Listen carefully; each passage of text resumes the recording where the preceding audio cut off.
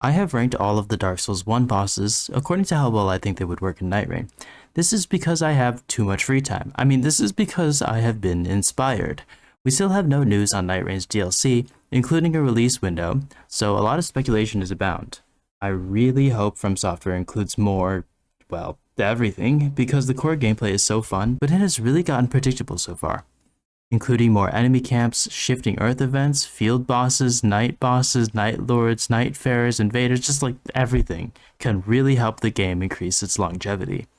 I do not think every Dark Souls boss should be ported, as that would start to feel cheap and uninteresting, so being selective with what gets ported and how should increase the game's enemy variety while preventing that staleness that is slowly creeping in.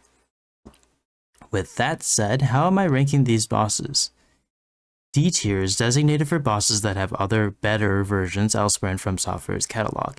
If From Software is considering putting any of the D tier bosses into the game, they should just not do that and put other bosses that are direct upgrades instead. They could also just be plain bad. C tier is for bosses that, if they were to be put in Nightreign, would not be exceptional, but have no other bosses that could function the same but better. B tier is for bosses that would be alright in the game, with some tweaking required. A tier is for bosses that would fit Nightreign's format extremely well and would be enjoyable to encounter and fight, but may need some changes to fit in well. S tier is designated for bosses that are a near perfect fit for the game. It could be ported directly, with the only changes necessary being to its damage and health. I try to factor in as many of the aspects of the boss as I can, including lore, gameplay, unique mechanics, and overall fun.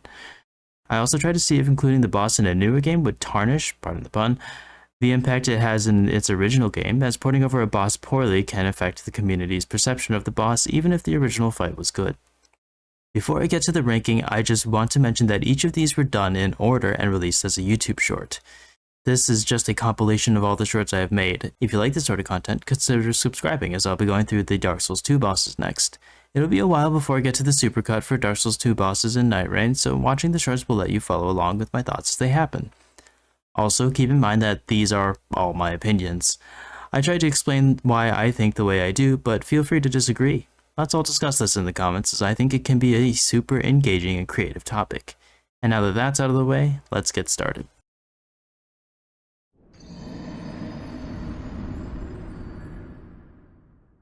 The Asylum Demon is the tutorial boss of Dark Souls 1, meaning it is really predictable and has simple moves that don't deal a lot of damage, in addition to not having a lot of health. Therefore, it would not be a good fit for Nightreign. All of the easy mobs are small in size, and the mini-bosses scattered at the ruins, enemy camps, and cathedrals are of an appropriate size for their surroundings. The only exception to this is the Guardian Golem, but design-wise, the gray color scheme and rock-like textures of its shell help it fit in. The Asylum Demon does not fit this either, as I associate demon with fire. I just don't see Asylum Demon fitting in with any of the enemy camps in the game, with one exception. The crater shifting earth definitely screams fiery pit of doom, much like the home of the demons in Dark Souls 1, Lost Izalith. If From Software decides to add a new demon-themed shifting earth event, I think it would work well in there, but I worry that a fire-themed shifting earth would step on the toes of the existing Volcano one. I think maybe it could fit here, potentially as a replacement for the fire prelate and monks guarding the fog gate, but there are better options. A Stray Demon is a mid to late game boss fought when the player decides to return to the tutorial area in Dark Souls 1, and visually is exactly the same as the Asylum Demon. The biggest difference is that it gets some new attacks, deals more damage, and has way more health. Thematically, I think it would only fit into the spots I mentioned the Asylum Demon fitting into previously, but it would work better because of the increased move variety and boss difficulty.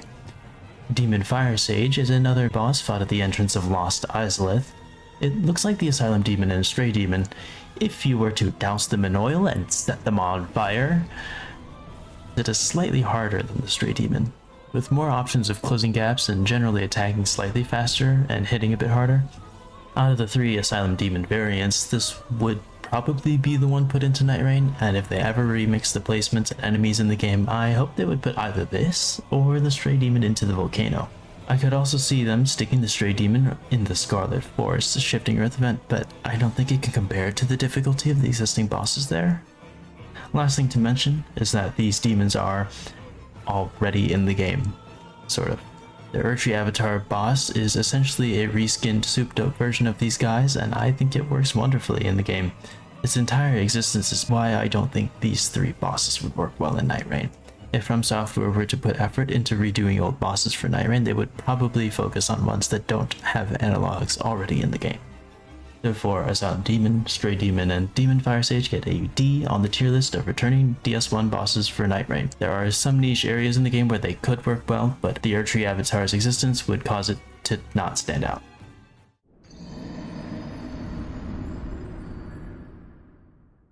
The Taurus Demon is the second boss in Dark Souls 1, and what makes it so good is not actually it, or its attacks, but in what it teaches the player, that being situational awareness. It would not be the same without the two arches at the top or the dangerous ledges around its thin arena. It is because of this that Taurus Demon probably wouldn't perform that well in Nightreign. It is full of wide open areas, and bringing Taurus Demon into the game would make it lose all of its memorability. Perhaps it could fit in the Ruined Cathedral enemy camp with archers on top of the rafters, but it would lack the precarious ledges and tight battle arena. Another thing to note is that a valid Taurus Demon strategy in Dark Souls 1 is to climb the ladder at the start, perform a plunging attack, and then repeat.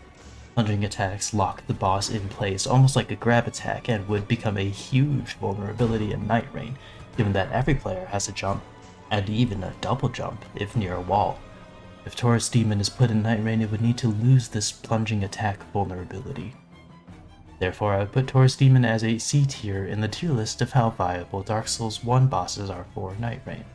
It relies more on the structure surrounding the fight rather than the creature itself, and Nightreign's gameplay does not lend itself to being able to carry on that legacy.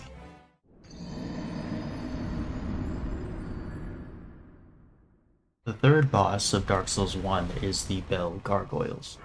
It starts out with one enemy, with fairly standard attacks, including swipes with its weapon and tail, as well as some fire breath attacks. When it reaches half health, the second one arrives, and the player must now fight both simultaneously. The second one primarily does fire ranged attacks, and juggling both is what makes this boss unique. It also has a tail cut, but only the first one's tail can be severed, as the second one lacks a tail. What makes this fight exciting is the 1v1 that turns into a 1v2 fight, but in Nightreign, when players are expected to be in groups of 3, it would lose all its luster. Fortunately, there is a solution, put forth by Dark Souls 2. The Belfry Gargoyles, not to be confused with the Bell Gargoyles, is a boss that is similar to the one from Dark Souls 1, but instead has 6 gargoyles total. Instead of having one at the start and the fight getting a second later on, it starts with 2 and a third joins partway through, until a total of 6 have spawned. Since there are more gargoyles active at a time, and there are 6 total, I think it is a great fit for Nightreign. It wouldn't be a spectacular fight by any means, it is still just the gargoyles, but mechanically the Dark Souls 2 version of the fight would provide the appropriate amount of challenge and can fit in the game really well thematically. The only thing I would change is to merge the fight with the Dark Souls 1 version, with the first gargoyle having a tail cut. Therefore, I would put the Bell Gargoyles at a D tier on the list of what bosses should return for Nightreign, but the Belfry Gargoyles deserves a B tier for being the DS1 fight, but in a format that fits Nightreign much, much better.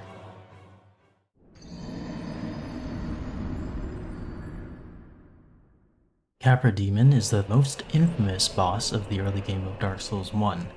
It attacks rather predictably and fairly slowly, so much of the difficulty relies on it being in an extremely claustrophobic room with 2 feral dogs fighting alongside it.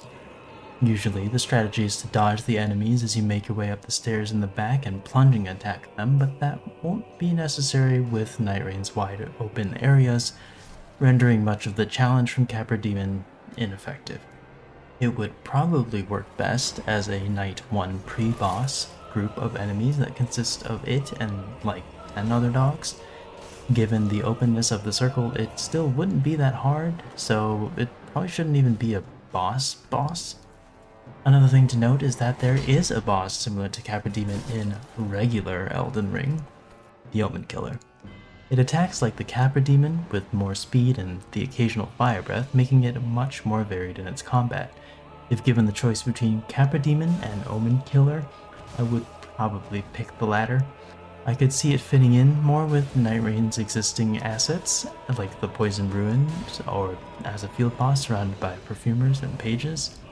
And so, I would place the Capra Demon in the C tier of how viable Dark Souls 1 bosses would be in Nightraign. It could work fine in Nightraign, but the openness of Nightraign's arenas would cause it to be leagues easier than it was in Dark Souls 1, and that would damage its hard boss prestige.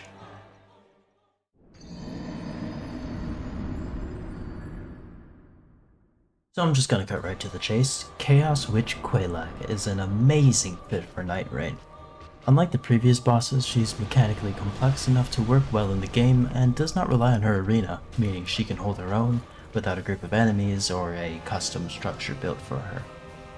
Her attack, where she spews lava everywhere, is a bit reminiscent of the same attack from the Magma Worm, but since she doesn't have any dash attacks, she would be far less annoying.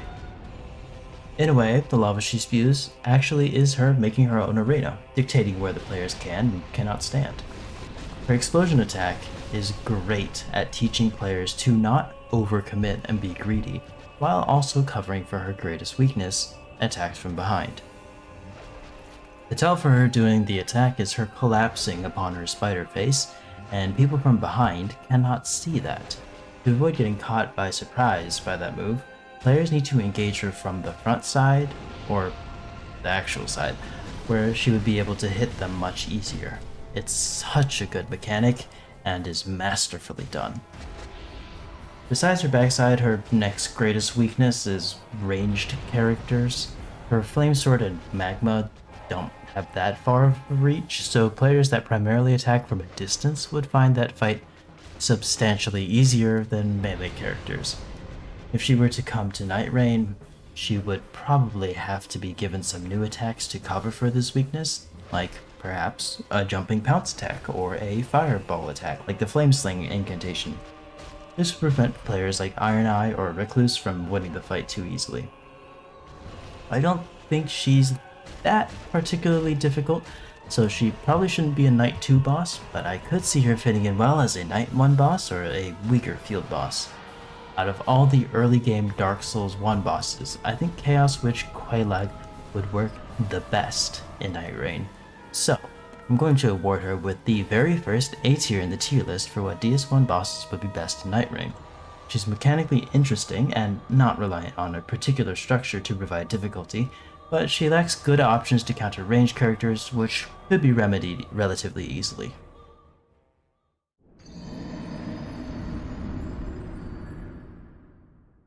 Don't get your hopes up, Iron Golem fans. As the boss most people fight right before Ornstein and Smough, it doesn't stand out. I'm sorry. It's a huge boss, one of the biggest, meaning it attacks with stomps and low-to-the-ground swipes. It has one ranged attack where it sends out a small blade of wind at you, but that's pretty much its entire moveset. One cool thing is that if you hit one leg enough, it'll lose its footing and have to wobble around to avoid losing its balance, and if you keep hitting it, it'll fall over. And if it falls over near a ledge, it will just fall off the arena and die. That's not to say Iron Golem is bad, but that I didn't like it. It just doesn't stand out. There is one aspect of the fight most players understandably miss, but I think it is pretty cool. I'm talking about if you enter the boss fight without taking out the giant at the top of Sen's fortress, it'll lob explosives at you during the fight. Most players will do it anyway, without realizing how it makes the boss fight easier, so it's not usually a problem. Anyway, that brings me to Nightraign. Iron Golem's fight would be rather bland. It has a ranged attack, and that's a good thing, but it needs a little something more to be a good Nightraign encounter. What I'm envisioning is something similar to the giant at the top of Sin's fortress. If Iron Golem had an ally nearby that either shoots explosives or throws them, that could add a little strategy to the fight. Players would have to try and take out the adversary while Iron Golem sends out air blades, and only once that happens can they focus on the boss itself. In multiplayer, one person can distract Golem to make it easier for the other two to do their job. As for what the other enemy is, hot trolls are already in the game, and that could be a really neat nod to the original. That being said, Iron Golem itself isn't that interesting, so I would put it in the C tier in the tier list of how well Dark Souls 1 bosses would work in Nightreign. It has a very simple attack pattern, and while there are ways of including it that would work, it wouldn't be exceptional.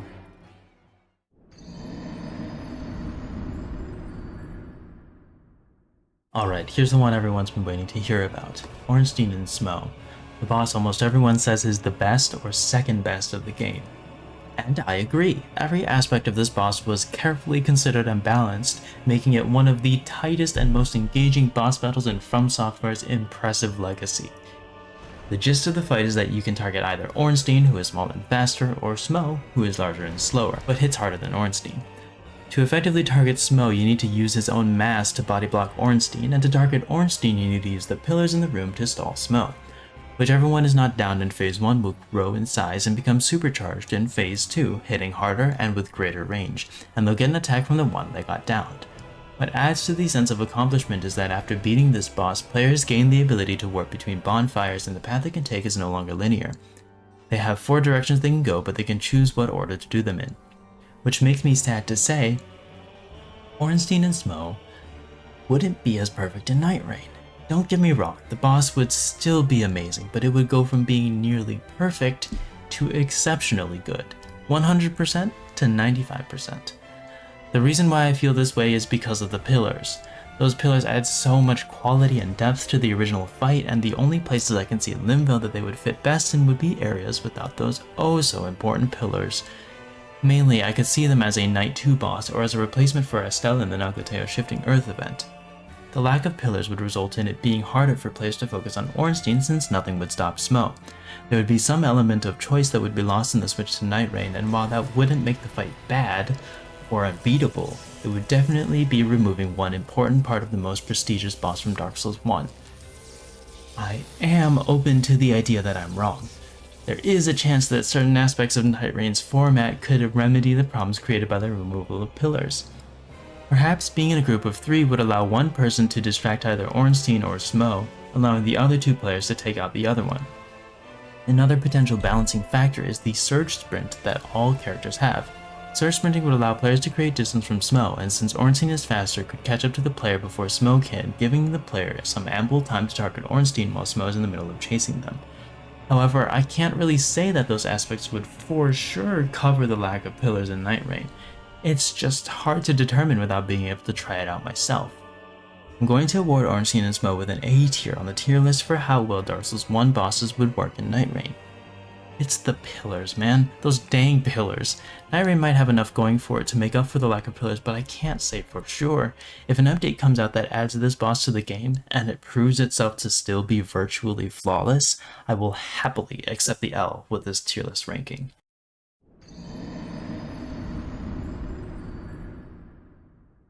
One of the Lord Souls players can defeat after beating Ornstein and Smough is Seath the Scaleless. In Dark Souls 1, he's an extremely interesting boss for a few reasons. First, you can't even beat him the first time you encounter him. You climb to the top of the library where he resides and he is out of bounds. You are forced to die, and you respawn in a jail cell in the library.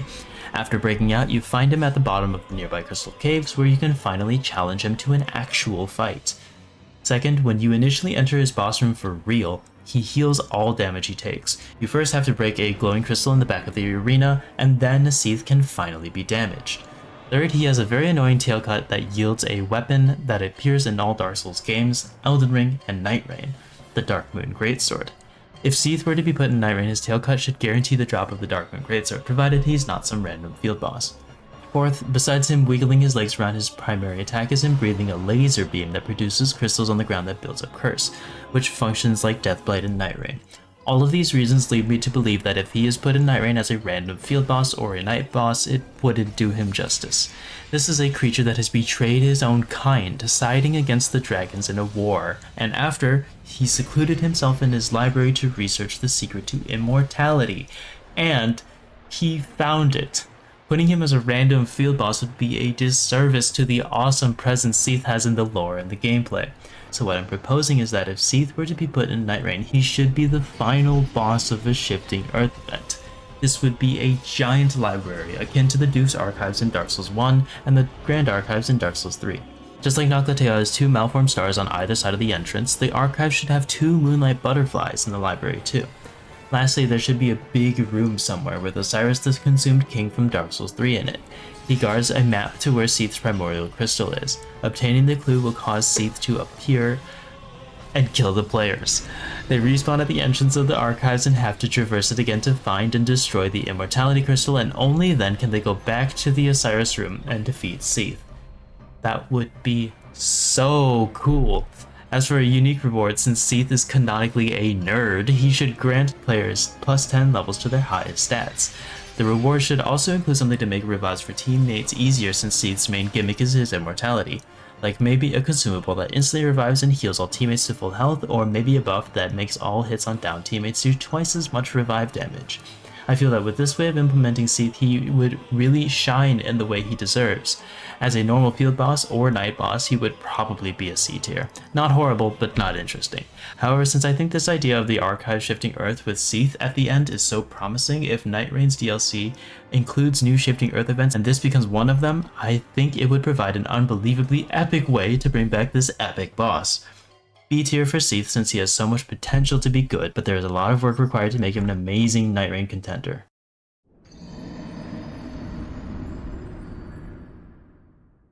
I don't really have too much to say about Pinwheel. I think he thematically could fit in fairly well in Nightreign. He's a mage that has a bunch of ranged magic attacks, and he duplicates himself to make it harder to find the real version of him, but he has such little health that his fights rarely take longer than 2 minutes. He should not be a night boss, but I don't think he'd be out of place as a weaker field boss or the basement boss of a cathedral. Therefore, Pinwheel gets a B tier on the tier list of how well Dark Souls 1 bosses would work in Nightreign. He would fit in well, scarily well, but his fight as a whole is nothing to write home about, and his inclusion into Nightreign's boss roster wouldn't make people go crazy.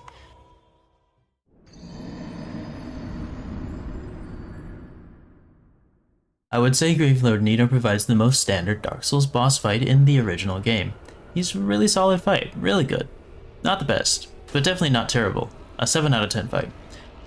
As one of the Lord Souls, he summons skeletons that harass you during the whole fight, but he also attacks on his own. He has sword swipes that can summon blades under your feet that do toxic buildup. What's most interesting about his moveset is his Dark Shockwave. Every now and then he'll just explode, damaging everything around him. In Dark Souls 1, this would even hurt his own skeletons, often killing them. If he were to return to Nightreign, this aspect would need to go away. Having 3 players in an expedition would already make things easier, and his Shockwave attack should serve as a get off me attack rather than an arena reset. There are 3 players. They can take out the skeletons. Nito doesn't need to do it for them. I think he would work well as a Night 2 boss, but there's a scenario I can imagine him being even better for. In Dark Souls 1, he's also the leader of the Gravelord Servants Covenant, where when you join, you power up other players' enemies unless they can find your summon sign, enter your world, and defeat you in combat.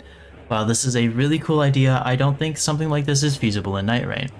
It would be cool if Nito were somewhere hidden at the round table and talking to him would allow you to invade other expeditions, powering up enemies until they defeated you, but I really don't see From Software adding this into the game. What I could see is some sort of Night Invader scenario. Much like how Libra can appear and offer the player boons, Nito could show up in some expeditions and offer the same, whether they be buffs or a new weapon or whatever. The kicker comes here: when Nito is in your world, extra tough enemies spawn everywhere. Some are Nightfarers who took deals from Nito and died later on in their expedition, or maybe some are those that died to his Night 2 boss battle. Players that accept his boon will remove all powered up enemies from the world. If the players choose to fight him and succeed in defeating him, they get a consumable that can summon 2 skeleton spirit ashes from Elden Ring into the world to fight on the player's behalf. Dying to Nito in any scenario where players fight him will add their Nightfarers loadout to the roster of powered up enemies he can spawn around the map. I think this is such a cool idea. If Nito were to be added to Nightreign as a field boss or a Night 2 boss, he would probably be a B tier. Solid, but not exceptional stuff. But since I think this idea of him being an evader has such promise, I think that's enough to bump Nito up to an A tier on the tier list of what Dark Souls 1 bosses should be added to Nightreign.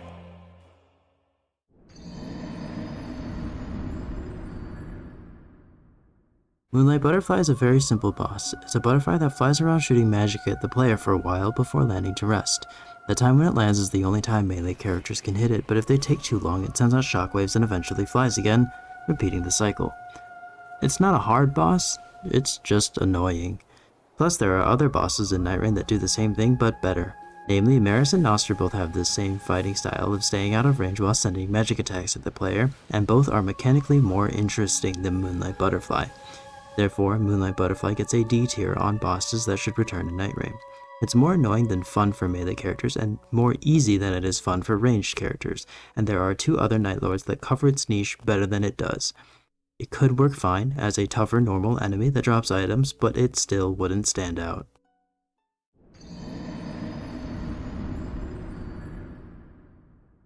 Great Grey Wolf Sif is a very deep character in Dark Souls, lore-wise. She guards the grave of her master, whom the player has killed in the past, which we play out in the DLC. Her master was on a mission to destroy the Abyss, but got consumed by it in the process, hence us killing him. In the process of us going after the Father of the Abyss, we can optionally rescue Sif, who can help us in the fight. Additionally, if that is done prior to the player challenging her in her boss fight, her cutscene will be different, changing her to show a brief recognition before sadly returning to her guard duty. Since we must obtain her master's ring from his grave, we regretfully have to fight her. And all this is to say, her lore and presentation is what makes her fight cool. The fight itself is not complex or even difficult, but it's not meant to be. We are supposed to feel bad for doing this. This is reinforced by the fact that at 25% HP or lower, she starts limping and attacking more slowly. She's got a few spin attacks and sword swipes, but she's really not that hard. I don't think she fits into Nightreign that well. We could theoretically fight her in the game, and it would function, but since her lore carries her impact in the original games, Nightreign's lack of focus on returning bosses' lores would cause her to not have the same impact. Plus there's a fight based off of Sif's in the original Elden Ring, which has sort of made its way into Nightreign. Red Wolf of Radagon has every attack that Sif does, but does them faster. In addition, it has plenty of other moves like a giant leaping sword slam and some sorceries. The main issue is, it doesn't do any of these attacks in Nightreign. All it has are ranged sorcery and lunging bite attacks. If you were to ask me if I would rather have Sif in Nightreign or the Red Wolf's full moveset, I'd probably pick the latter option. As such, Sif gets a D tier on the tier list for what bosses should return to Nightreign. Without the lore to back her up, Sif is just a more boring Red Wolf of Radagon fight that makes you feel sad.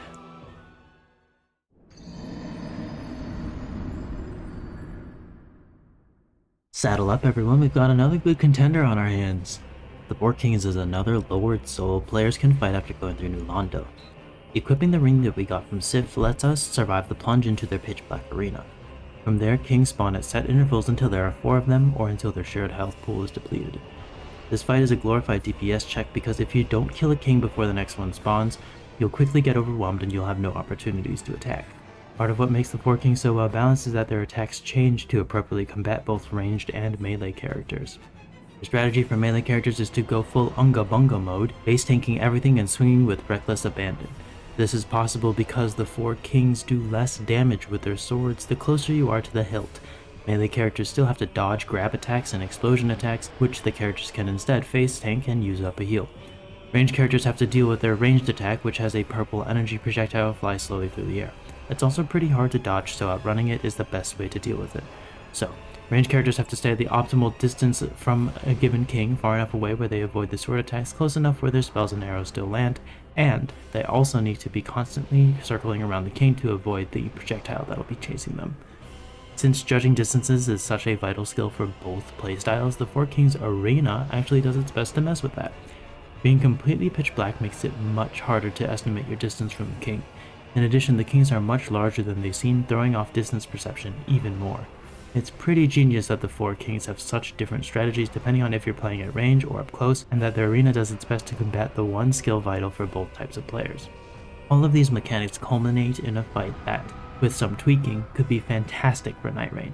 I think as a Knight 2 boss they would die too quickly, as a single king would be no match for a group of 3 characters. So, I think if the bosses were to start with 2 kings instead of 1, that would be mostly all that needs to be done for balancing.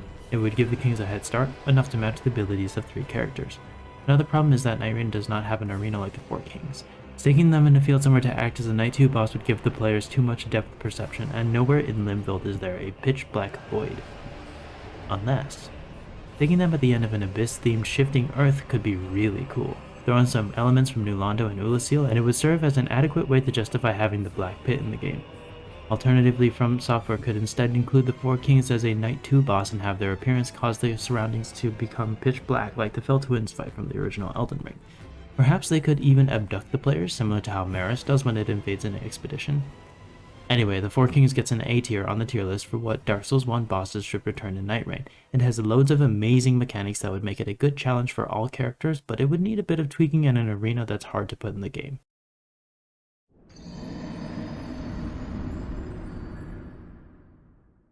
What an unfortunate name for a boss to have. When you first enter Ceaseless Discharge's arena, he's completely passive.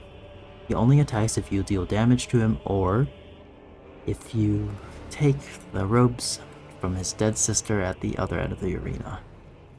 When he activates, he rips off his arm and angrily swings at you.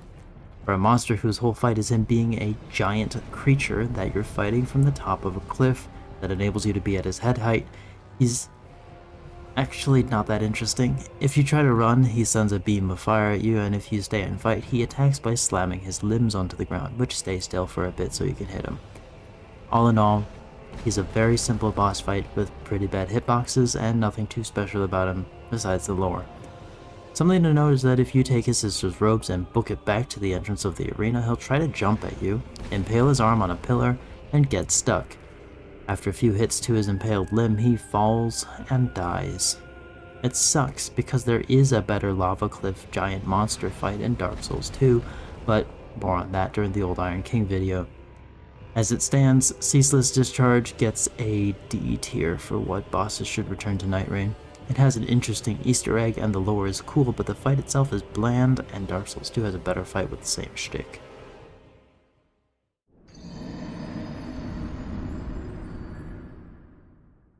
I would like to make one thing clear before I get started. I absolutely despise this boss, so much so that I legitimately firmly believe without a doubt that Bed of Chaos is the absolute worst boss in all of From Software's games. Absolute bottom of the barrel. It's a platforming boss in a game that does not have good platforming capabilities. Bed of Chaos starts out relatively simple. You can go to either side of the arena and break a seal. It is then that the jank starts. As you make your way to the opposite side of the arena to break the other seal, the Bed of Chaos will destroy the floor below your feet, revealing pits that can instantly kill you. It is now that the boss's massive sweep, slam, and poke attacks become more annoying because they can and will push you around, preventing you from getting to your destination. They're really hard to dodge, and if you try to block them, they will push you, if not into a pit, then back to where you started. This is marred by the fact that the hitboxes are larger than my life's ambitions, meaning you'll get hit without realizing what hit you. If both seals are destroyed and you make it back to the center of the arena, you then have to parkour to a singular route floating above certain death. Make it to the very center and you'll find a bug.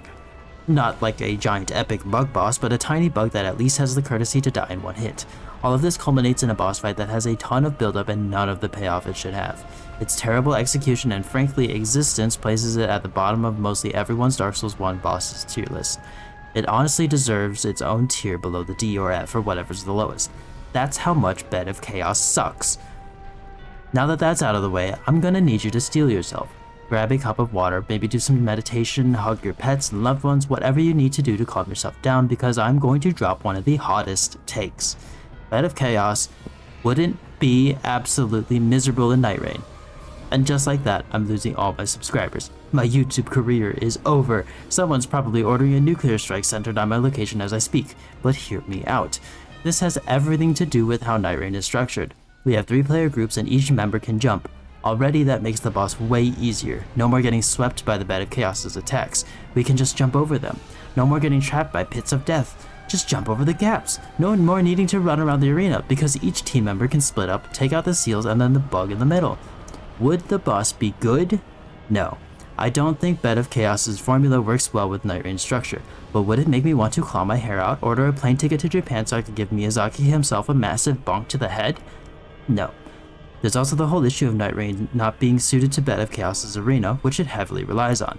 It can't just be plopped down as a random field or night boss. It needs its custom arena, more so than any other boss in Dark Souls 1. So far, the D tier is bosses that have direct upgrades elsewhere in From Software's catalog. C tier bosses don't have direct analogs in the games, but still wouldn't be special if they were to return in Nightreign. Therefore, I'm putting Bed of Chaos in the C tier for bosses that should come back to Nightreign. Now listen, From Software should 100% pick a different boss to put in the game if they are going to do so at all. However, if they were determined, it could be put in the game without being the absolute worst of the worst.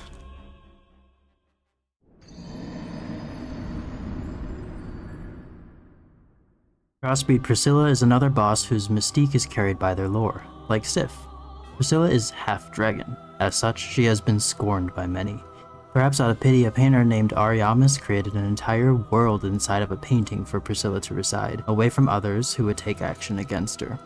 As such, she's probably the most hidden boss in Dark Souls 1. To even reach her, you need to climb to the top of Firelink Shrine, pretend to be an egg so the crow takes you back to the tutorial area, find a secret doll, then go through a giant room in Anor Londo patrolled by dozens of painting guardians.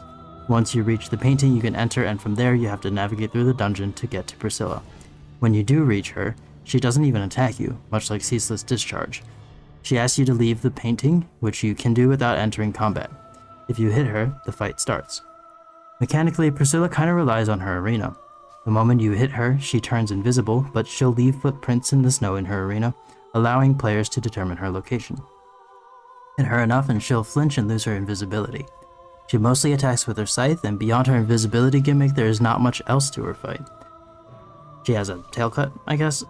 But yeah, she doesn't have a lot of health and isn't especially tricky or difficult. She could fit okay with the mountain shifting earth, perhaps as a friendly NPC players could interact with, and maybe she could reward players that slay the mountaintop dragon with dragon communion spells and weapons, but that might not be representative of her painted world aspect. Maybe if From Software is interested in continuing the Nightfarer's Remembrance quest, she could fit into Revenants somehow? Either way, Crossbreed Priscilla gets a B tier on the tier list of what bosses should come back in Nightreign. Her fight is mechanically interesting, and there are a few places she could fit in, but beyond the invisibility, her fight isn't hard, and having 3 player groups would make her a cakewalk.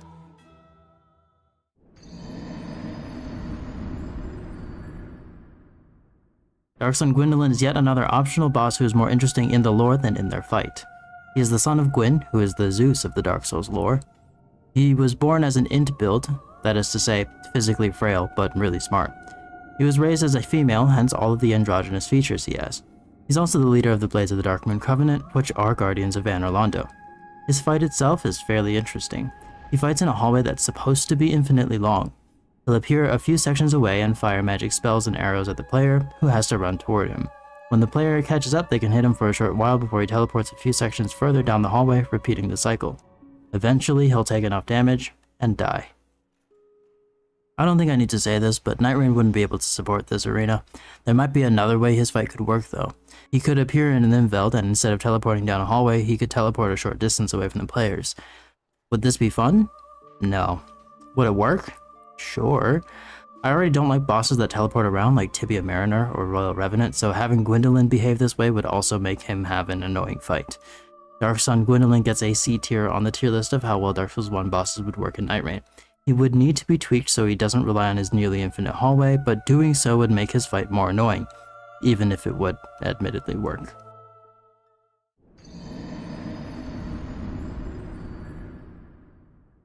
Sanctuary Guardian is a manticore-like monster with a scorpion tail and 2 pairs of wings, and it guards Elizabeth the Little Sanctuary. As a DLC boss, its moveset is far more varied than most of the base game bosses. It can spew electricity at you in small bursts, or in a big one, possibly flying around as it does so. It can attack you with its paws and head. It can charge at you. It can swipe at you with its tail or slam it down if you're behind it. And it can use its wings to create a small vortex that hurts you if you get hit by it. It's fast, can poison, and can easily catch players off guard. Which means I think Sanctuary Guardian is another really good fit for Nightreign. On its own, it could work well as a lesser field boss, or it could also function well as a boss of a Ruins enemy camp, maybe with some dog enemies or those giant cat ones from the Darkroot Garden. However, the way I can envision it shining the best is similar to what happens if you return to the boss arena after defeating a different boss. That is, 2 Sanctuary Guardians appear and you have to fight both simultaneously. Since there is already a precedent for fighting this boss as a duo fight, it wouldn't even be a huge stretch to implement them the same way in Nightreign. Finding 2 Sanctuary Guardians as a Night 1 boss could fit in well and have the appropriate amount of challenge and variety I think would be great for the game. I'll award Sanctuary Guardian with an A tier on the tier list of what bosses should return in Nightreign. It has a wonderful variety of attacks and with some tweaking could work surprisingly well within the structure of the game.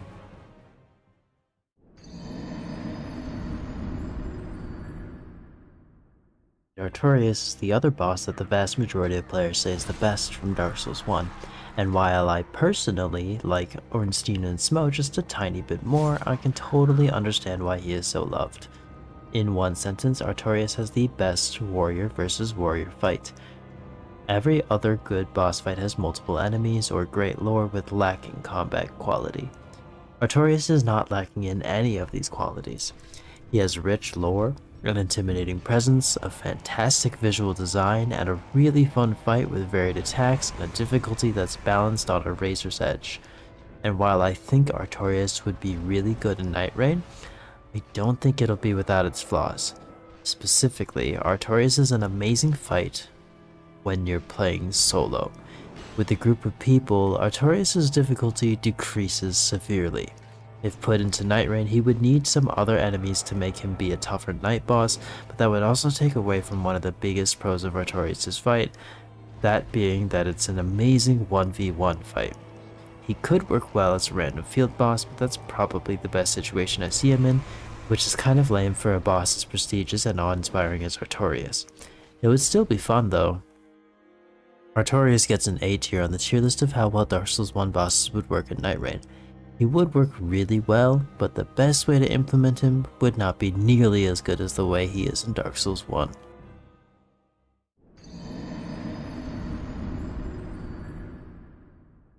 So far, I haven't given any of the bosses the coveted S tier. I've given it a lot of thought, and S tier bosses should be ones that can be put directly into Nightreign with minimal changing.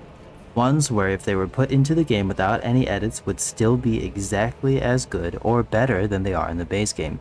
Ones that if they were to be put in the game would be appropriately challenging, memorable, and would fit Nightreign and its themes in all aspects.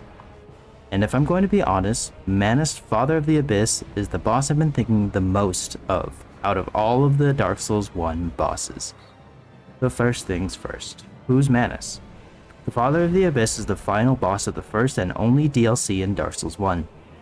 It shows the story of what happened to Artorias, who is a character hinted at heavily in the game's lore. Artorias was a knight appointed by the god Gwyn to defeat and contain the abyss that is creeping out of Oolacile. Manus, Father of the Abyss, is the reason Oolacile is being overtaken by the Abyss, and is responsible for corrupting Artorias and would have corrupted Sif too, if she wasn't saved by Alvina and Artorias.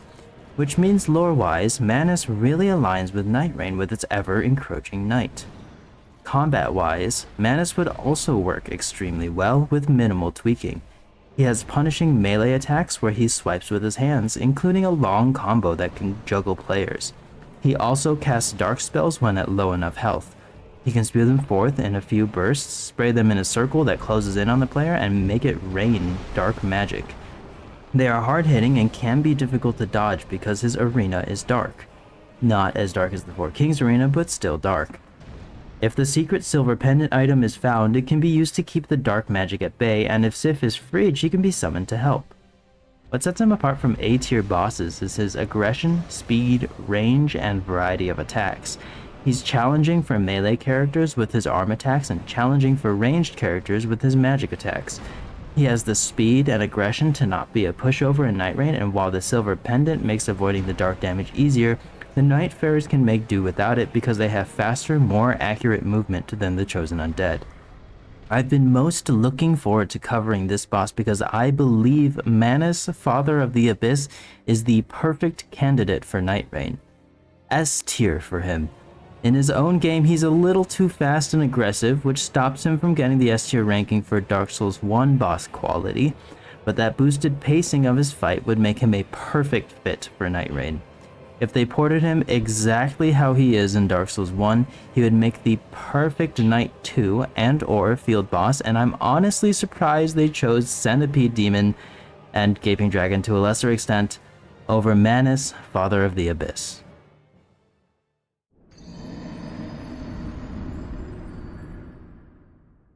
In my opinion, Black Dragon Kalameet is best described as a monster hunter fight in Dark Souls, and that's actually a good thing. Unlike other dragon fights, Kalameet doesn't constantly fly out of reach or attack with gigantic AoEs, and it results in Kalameet in general being less annoying than other Souls dragon fights. But I'm getting ahead of myself. Kalameet is an optional hidden boss from the DLC of Dark Souls 1. To even gain access to the fight, you need to first see the dragon in its arena, and then you need to ask a blind giant named Goth to shoot him out of the sky. Return to the arena and you get to actually fight him. Just like the other DLC fights, Kalameet attacks using a wide variety of moves including paw swipes and black fire breaths. The most unique attack is his grab, which in addition to giving you tinnitus also applies a debuff that decreases your defense. He's got options for ranged characters and options for melee characters. He's also not limited by a dependency on an arena. It's no surprise that I think he'd be great for Nightreign. There is one big thing that stops Kalameet from being an S tier for me, and it is not the annoying tail cut. Kalameet has no option to deal with people behind it, except to awkwardly turn around. This leads to him being easy for players to stall the fight or even get quick hits in with fast weapons. Kalameet and the player could spend the entire fight awkwardly spinning around while the other characters hit him, trivializing the fight. If he were to be put in the game, From Software should give him a few attacks that can hit behind him, like tail swipes or maybe one where he charges forward only to pivot around and unleash a devastating fire breath attack. Or they could go the Quelaag route and have one rare attack that has a large range and does a lot of damage, but is easy to dodge and the tail can only be seen from the front. Make that change and he would be a fantastic field or Knight 2 boss. Black Dragon Kalameet gets an A tier on the tier list of how well Dark Souls 1 boss fights would work in Nightreign. It needs an option to cover his backside, but if that is remedied, he can work really well in the game.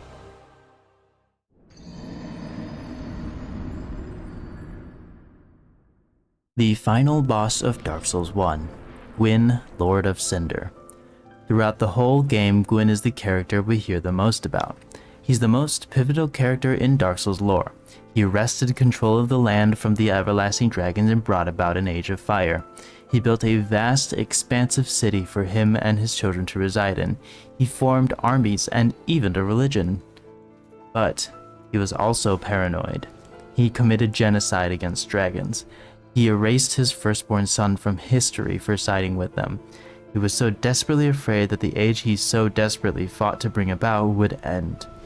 It's a little jarring that when we arrive at the kiln of the first flame, where Gwyn first began the Age of Fire, it is covered in ash. We make it to the arena and he is there, but hollowed, which in Dark Souls lore means he has lost all sense of purpose and succumbs to his gut reactions and feelings, which is mainly hostility. He has quite literally been emotionally destroyed by his paranoia. Needless to say, his fight is also hollow. He attacks with sword swipes and the occasional grab. Meanwhile, the OST is a somber track consisting only of piano notes.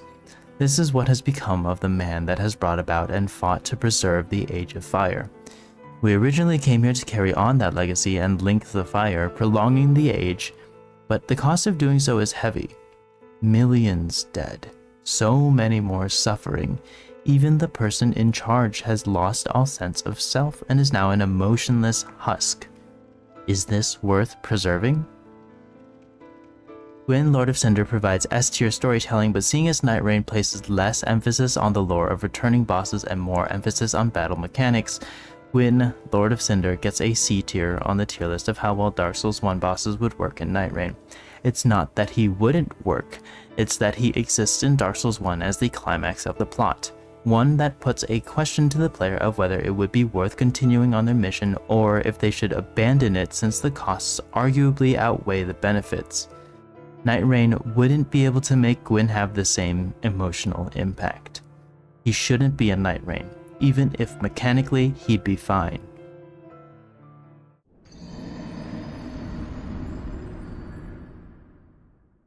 Gaping Dragon is one of two bosses from Dark Souls 1 that was brought back for Elden Ring Nightreign and can appear as the Night 1 boss for the Gaping Jaw, Augur, Dark of Night, and Night Aspect expeditions. Visually, they couldn't have picked a more iconic boss. Gaping Dragon is easily the grossest, most disgusting looking creature in the game, and I love it. I think adding a touch of grotesque transforms a boss from mid to downright memorable. Apart from Ornstein and Smough, I'm not sure From Software could have picked a better boss that would have had players instantly being like, oh my gosh, Dark Souls 1 in my Elden Ring? Which makes it a little weird that Centipede Demon was shown more in the promotional material, but oh well. In terms of the fight itself, it's mostly the same with a few tweaks. Normally, the goop that the Gaping Dragon spews everywhere causes extreme equipment durability damage, but since that is not a mechanic in Elden Ring Nightreign, it instead reduces the Nightfarer's max HP temporarily. In theory, that makes the Gaping Dragon deadlier, but since Nightfarers are more mobile and reactive, combined with the lack of walls to quarter unsuspecting players in, results in it not usually affecting the fight too much. In an attempt to combat this, they made the boss leave behind small puddles of the goop when walking around below half health, but this still doesn't do much because it's really easy to avoid the puddles. One good thing they preserved was the tail cut. It doesn't drop a specific weapon like in the original game, but does drop a random common or rare weapon and a consumable.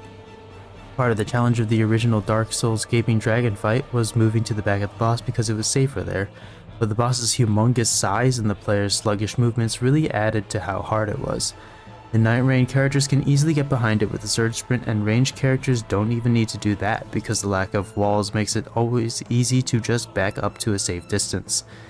Gaping Dragon really needed some way to combat ranged characters more easily. In terms of how well it matches Nightreign with the lore, it's not bad. Gaping Dragon itself doesn't have too much in the Dark Souls lore, meaning it could be brought elsewhere and can more easily adapt to its surroundings.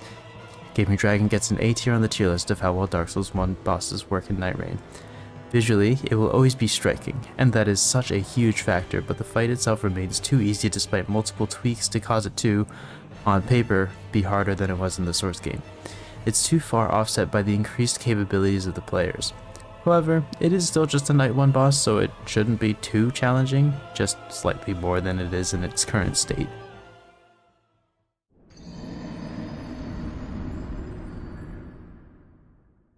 Centipede Demon is the other boss from Dark Souls 1 that was put into Elden Ring Nightreign. He can appear in the Sentient Pest, Equilibrious Beast, Dark Drift Night, and Night Aspect expeditions. While my thoughts for Gaping Dragon is generally more positive, Centipede Demon isn't so lucky. Visually, Centipede Demon had to be changed for Nightreign. This is because in its original game it was in an arena that was 90% lava, in a section of the game that had a ton of lava. In Nightreign, since the Centipede Demon appears as a Night 1 boss and therefore appears mostly in grassy fields, they made him a lot grayer. I think this is a big downside because the demon is a great fit for Lost Izalith but looks out of place in Nightreign even with the grey colors helping somewhat. Mechanically, he is the same as in Dark Souls 1 with a bit faster movements, and this goes for the aspect where if you chop off the arm or tail of the demon, they will become an additional enemy in the fight.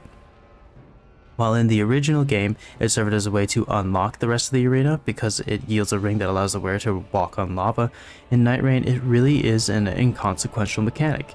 They even made the Centipede Demon be able to grow its severed limbs back.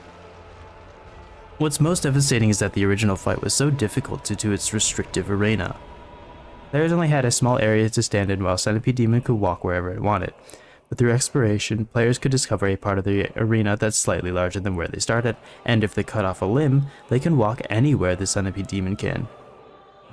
It really provides a great sense of progression for the fight, but in Nightreign, where players are not really restricted in where they can stand, Centipede Demon really loses its challenge. Lore-wise, Centipede Demon fits fine in Nightreign. It's another boss whose lore isn't too deep, meaning it can really be put wherever without justification for its presence. Personally, I would rather have a boss whose lore directly aligns with the game, rather than one who is a blank slate, but this isn't really that much of a grievance. It just feels strange because the representation Dark Souls 1 gets in Nightreign feels disproportional to the representation from Dark Souls 2 and 3. I would rather have had each game get one Night 1 and one Night 2 boss, but that isn't the case. If I had to choose, I would have picked the Four Kings over Centipede Demon and made them a Night 2 boss, And if implementing an arena change to the dark pit they are in Dark Souls 1 is too difficult, then Manus should have been picked instead. I would have also accepted ONS or Artorias because they really scream Dark Souls 1. Centipede Demon gets a C tier on how well Dark Souls bosses work in Nightreign. Centipede Demon really fits its location in the game and its difficulty progression, but it has been neutered in Nightreign. From Software should have picked a different boss instead.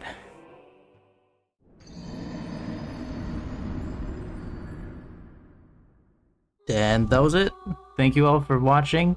I'll see you all in the next video for Dark Souls 2. Goodbye.